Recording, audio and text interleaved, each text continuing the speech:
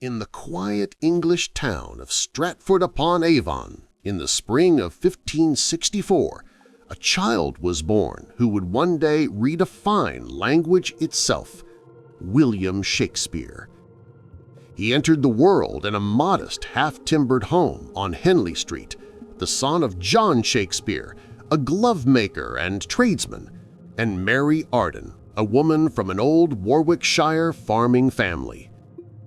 Though far from royalty, the Shakespeares were respected, a hard-working family bound by faith, tradition, and ambition.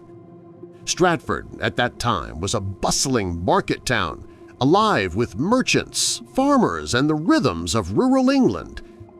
The young William would have grown up surrounded by both the noise of daily life and the silence of the countryside, a contrast that later echoed in his writing.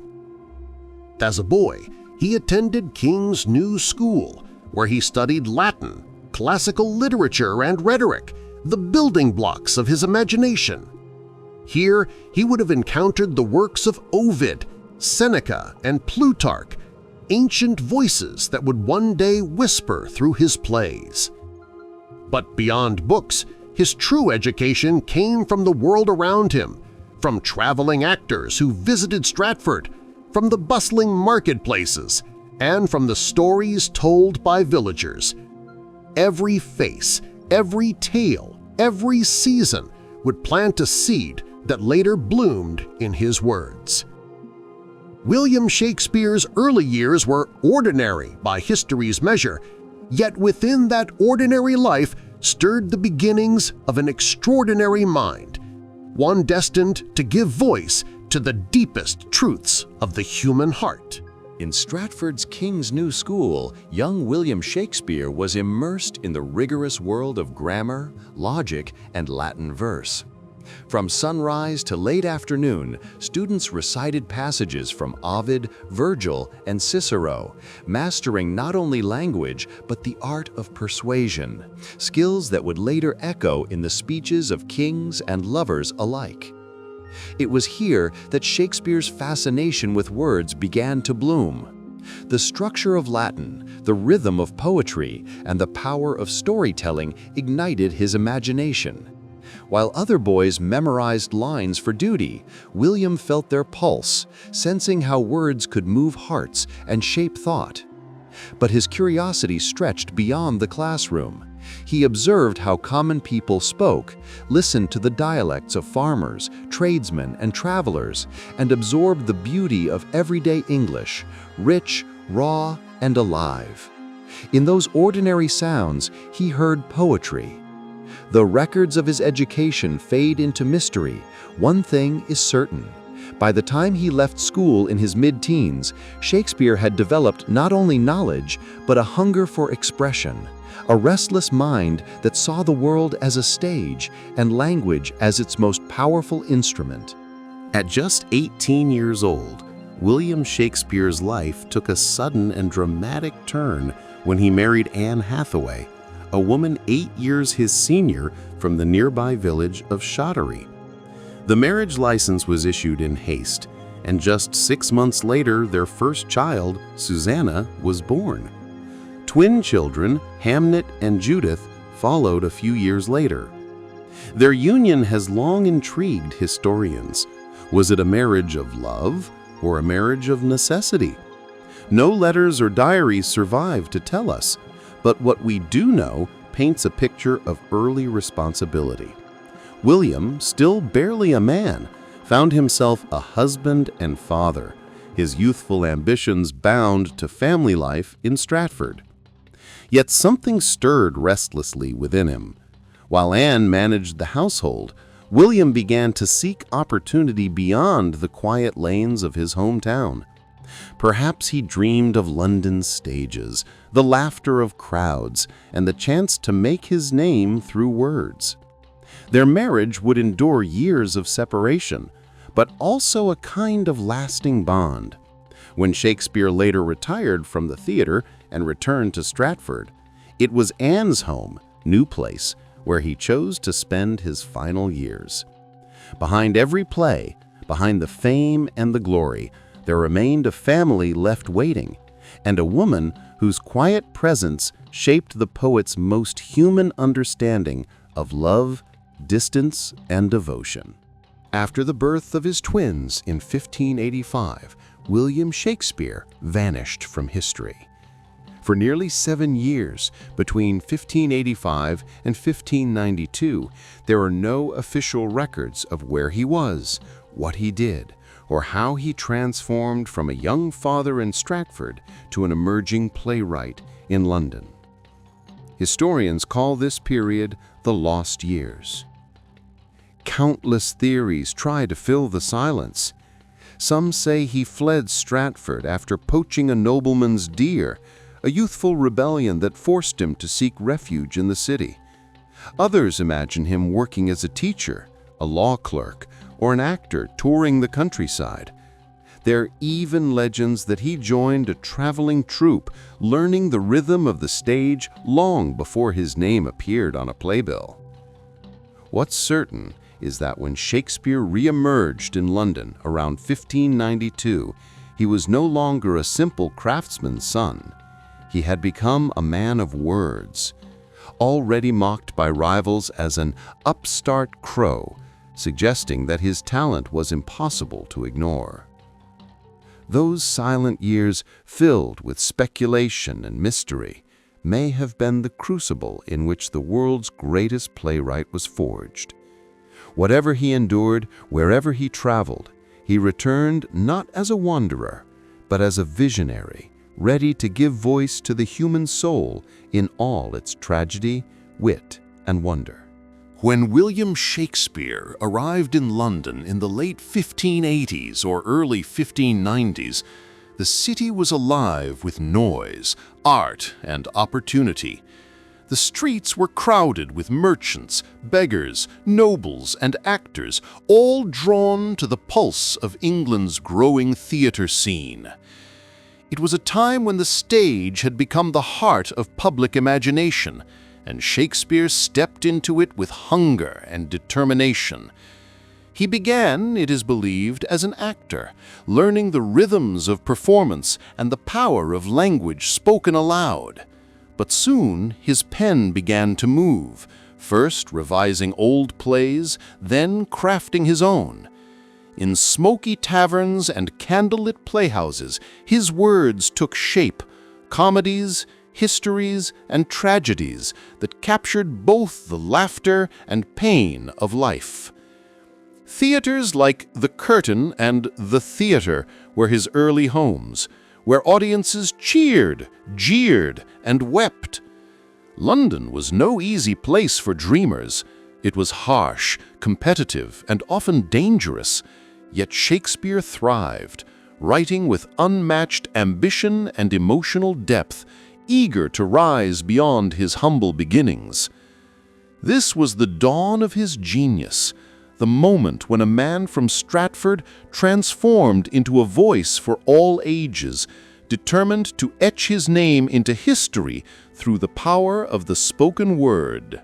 As William Shakespeare's presence grew in London, he found himself drawn not only to the stage's lights, but also to its creation. He became both an actor and playwright, mastering the art of performance while shaping the words others would speak. This dual life gave him rare insight. He understood what moved an audience, what stirred laughter, and what broke the heart. By the early 1590s, Shakespeare was already recognized as a rising talent in the theater world. His early plays, lively histories like Henry VI and Richard III, and passionate works like Romeo and Juliet, revealed a writer who could blend poetry, humanity, and drama into something entirely new. As an actor, he performed on stage with the Lord Chamberlain's Men, a troupe that would later become the King's Men under royal patronage. Night after night, he stood beneath the flicker of torchlight, watching crowds gasp and cheer to the rhythm of his own lines. Though fame came slowly, Shakespeare's combination of craft, discipline, and vision set him apart. In a world filled with playwrights chasing fortune, he was chasing immortality. And with every performance, he was one step closer to achieving it. By the mid-1590s, William Shakespeare's talent and ambition had carried him into one of the greatest theater companies of his time, the Lord Chamberlain's Men. This troupe, sponsored by the Lord Chamberlain himself, was the pride of Elizabethan London, performing for nobles, commoners, and even Queen Elizabeth I. Shakespeare was not just a writer for the company, he was also a shareholder, a move that ensured both creative control and financial stability. Within this group, he found a home for his imagination, surrounded by gifted actors like Richard Burbage, who would bring many of his legendary characters to life, from Hamlet to King Lear. The Lord Chamberlain's Men performed in popular venues like the theater, and later the Globe, where the crowds gathered in thousands to experience the magic of his words. Each performance blended poetry, wit, and human truth, and under Shakespeare's pen, the company's reputation soared. Here, among his fellow actors, Shakespeare achieved artistic freedom, creating stories that spoke to every class, tales of kings and fools, of lovers and dreamers. The Lord Chamberlain's Men weren't just a theater troupe, they were the stage upon which Shakespeare's genius would change the world forever. In 1599, a group of determined actors, including William Shakespeare, took a bold step. They built their own theater on the south bank of the River Thames. Using timbers from their previous playhouse, the theater, they raised a new home for performance, the Globe Theater. This was not just a building, it was a revolution in storytelling. The Globe Theater became the beating heart of Elizabethan drama, where Shakespeare's greatest works came to life before crowds of every kind, nobles in the galleries and commoners standing in the pit. Here, under open skies, audiences witnessed the premiere of masterpieces like Hamlet, Othello, King Lear, and Macbeth.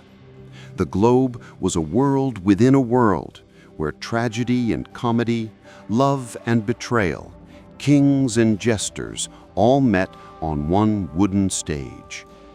For Shakespeare, the Globe was more than a theater. It was a canvas for his imagination, a place where language, emotion, and human truth merged to shape the future of English drama. It stood as a symbol of creativity, collaboration, and courage.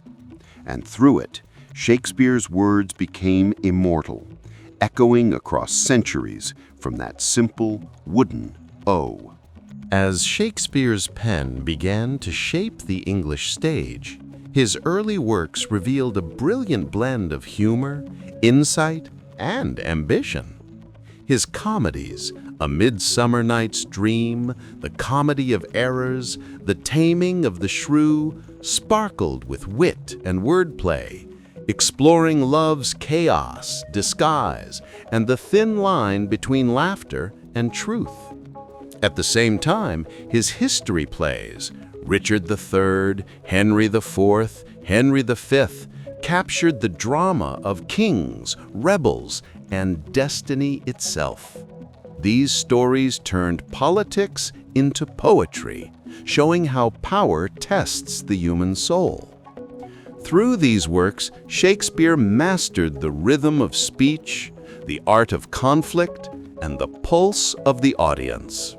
His characters, from jesters to monarchs, were alive with contradictions, noble yet flawed, foolish yet profound.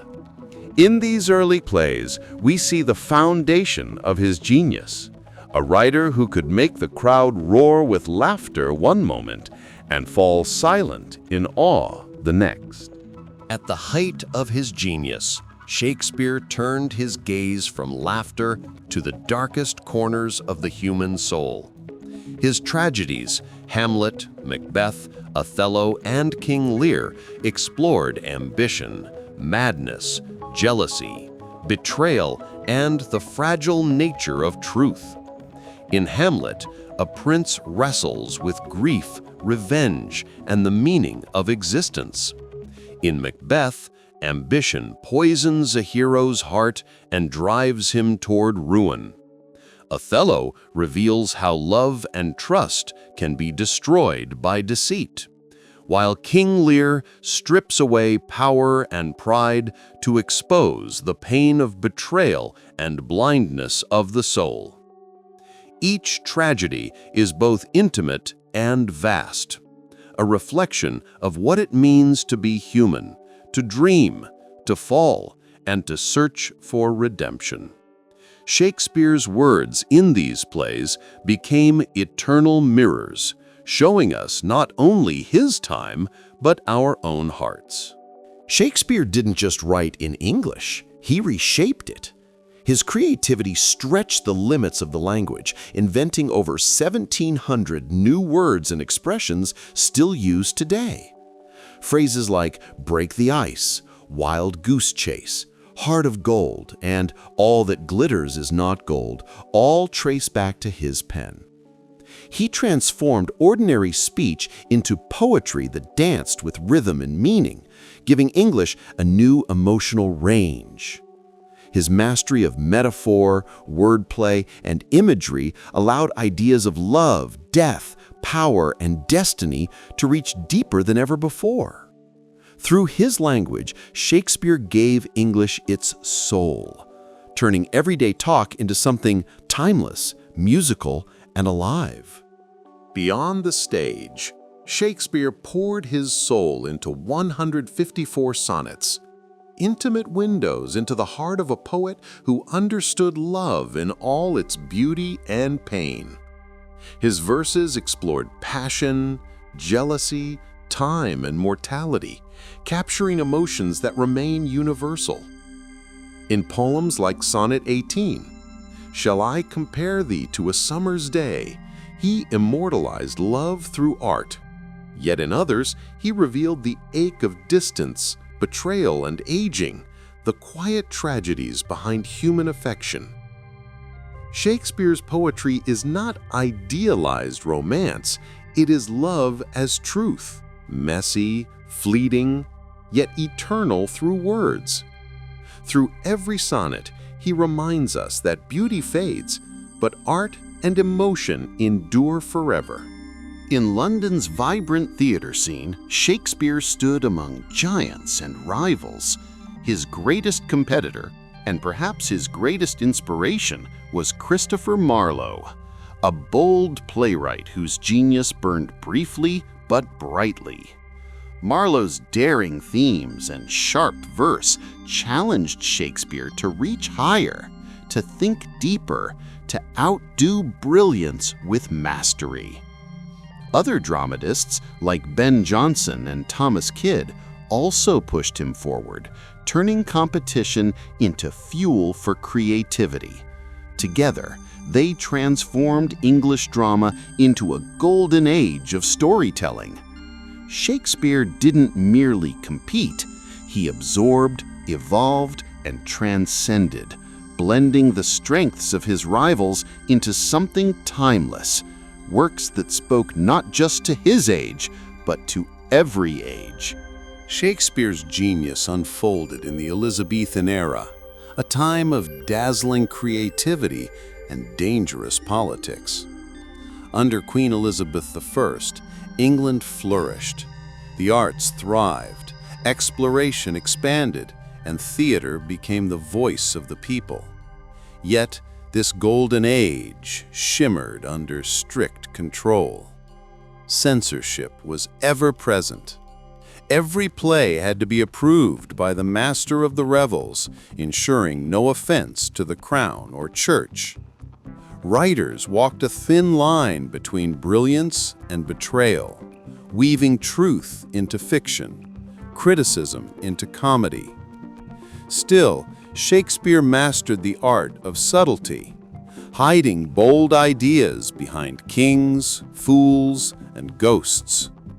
Through his plays, he reflected the hopes, fears, and ambitions of a nation rising into modernity, giving voice to both the court and the commoner. For centuries, one of the greatest riddles in literature has been, did William Shakespeare truly write the plays that bear his name? Skeptics argued that a man of humble origins, with limited formal education, could not have possessed the vast knowledge of law, politics, philosophy, and foreign lands found in his works. They point instead to possible true authors, Francis Bacon, Christopher Marlowe, or even Edward de Vere, the Earl of Oxford. But most scholars defend Shakespeare's authorship. His deep understanding of humanity, his ear for speech, and his insight into emotion point to a single voice, a man who listened, observed, and transformed life into poetry. Whether written by one genius or many, the plays endure as the heart of English literature, proving that the name Shakespeare stands for timeless creativity itself.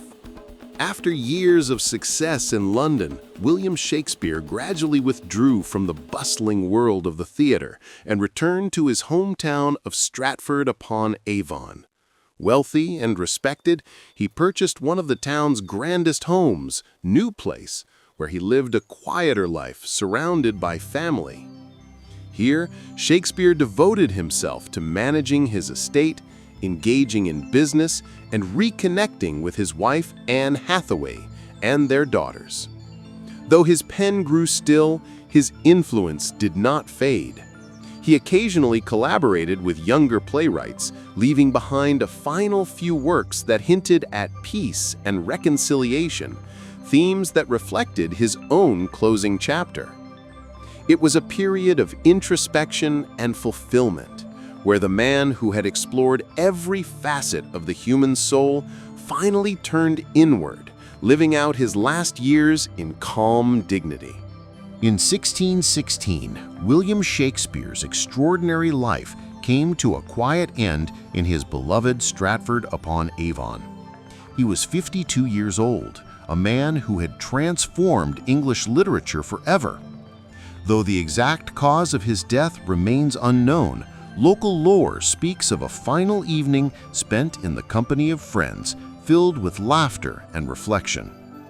Shakespeare was laid to rest in the Holy Trinity Church, where his grave still lies today. Above it is a solemn monument and an epitaph believed to be written by his own hand, warning anyone who might disturb his rest. In death, as in life, Shakespeare's presence endures. His plays continue to be performed across continents, his words woven into every corner of modern thought and art. From the Globe Theatre to classrooms and stages around the world, his voice, the voice of humanity itself, still speaks. 7 years after Shakespeare's death, in 1623, two of his closest friends and fellow actors, John Hemings and Henry Condell, undertook an act of devotion that would secure his immortality. They compiled and published the First Folio. This monumental book gathered 36 of his plays, many of which might have been lost forever had they not done so.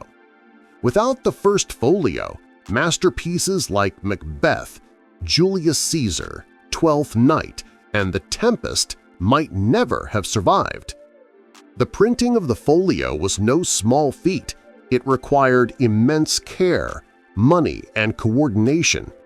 Hemings and Condell worked from memory, handwritten manuscripts, and stage notes to preserve Shakespeare's words as faithfully as possible. The First Folio became more than a collection. It was a testament of friendship, loyalty, and artistic reverence. Through their effort, Shakespeare's voice transcended time, his stories traveling far beyond Elizabethan England into the heart of world culture. From the stages of London to classrooms in Tokyo, New York, and Nairobi, Shakespeare's words have transcended time, language, and culture. His plays, written over 400 years ago, remain alive, performed more than any other writer's works on earth. His characters, Hamlet, Romeo, Juliet, Macbeth, and countless others, embody universal human emotions: love, jealousy, ambition, betrayal, and hope. These timeless struggles speak to every generation, making Shakespeare not merely an English writer, but a citizen of the world. Translated into over 100 languages, his works have inspired political leaders, philosophers, revolutionaries, and poets alike. In Japan, King Lear became a samurai tale. In India, Othello was reborn in Bollywood. In Africa, his stories have been told through tribal rhythms and ancestral spirit. Even today, his influence touches music, film, literature, and psychology, shaping how we think, speak, and dream. Shakespeare's words didn't just conquer the stage, they conquered the human soul. More than 4 centuries after his death, William Shakespeare continues to speak directly to the human heart. His words are not relics of a distant past. They are mirrors reflecting who we are, what we fear, and what we dream of becoming. Shakespeare understood every corner of the human condition: love and loss, ambition and guilt, power and corruption, joy and despair. His plays reveal the eternal conflicts within the soul, reminding us that time changes everything except human nature. When Hamlet asks, "To be or not to be?" we still feel the same doubt that every generation faces. When Juliet whispers love beneath her balcony, we still recognize that longing for connection. When Macbeth falls to his own ambition, we still see how power can consume a man. In every age, his stories find new meaning. Whether on a grand stage or a classroom screen, they remind us that language has power, that art gives life, and that the human spirit endures. Shakespeare doesn't just belong to history, he belongs to all of us. William Shakespeare's words have outlived empires, echoing across centuries with timeless truth. His insight into love, ambition, and destiny still defines what it means to be human. Here are some of his most powerful lines, each a glimpse into the soul of the world's greatest playwright. Love looks not with the eyes, but with the mind, and therefore is winged Cupid painted blind. Midsummer Night's Dream. The course of true love never did run smooth. Midsummer Night's Dream. When I saw you, I fell in love, and you smiled because you knew. Romeo and Juliet. Uneasy lies the head that wears a crown. Henry IV, Part 2. There is no power but of God. The powers that be are ordained. Measure for Measure. Vaulting ambition, which o'erleaps itself and falls on the other. Macbeth. All the world's a stage, and all the men and women merely players. As You Like It. To be or not to be, that is the question. Hamlet. Life's but a walking shadow, a poor player that struts and frets his hour upon the stage, and then is heard no more. Macbeth. It is not in the stars to hold our destiny, but in ourselves. Julius Caesar. There is a tide in the affairs of men which, taken at the flood, leads on to fortune. Julius Caesar. What's past is prologue. The Tempest. Shakespeare's voice still whispers across time, reminding us that love conquers, ambition destroys, and life, though fleeting, is rich with meaning. His words are not just poetry, they are the heartbeat of humanity.